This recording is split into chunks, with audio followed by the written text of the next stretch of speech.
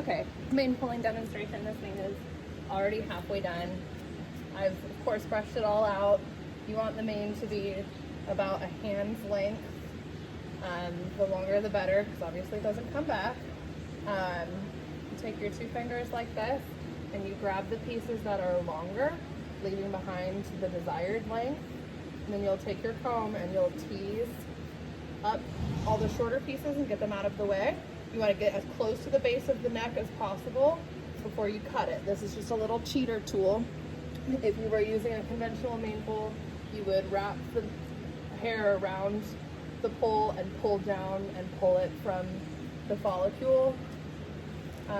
Really important to use these two fingers and to spread the hair between your fingers. If you grab it like this, which people often want to do, you end up with this really chunky pole, and you end up getting too much hair typically.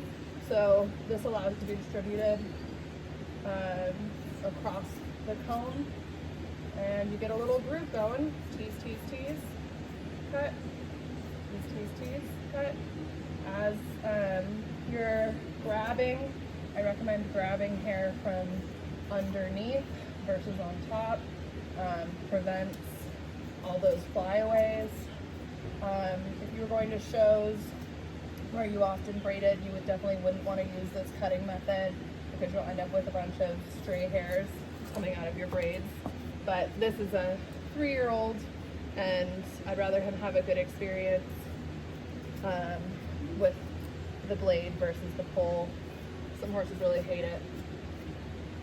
But the less hair you put in your fingers, the better. If you grab too big of a chunk,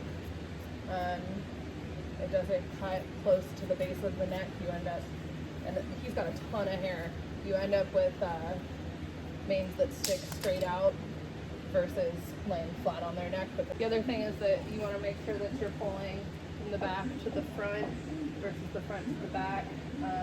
The crest of the neck here is the thickest part. For reference, like I only have that much hair in my fingers at a time, and you can see how it's across my fingers and not clumped up in a little piece.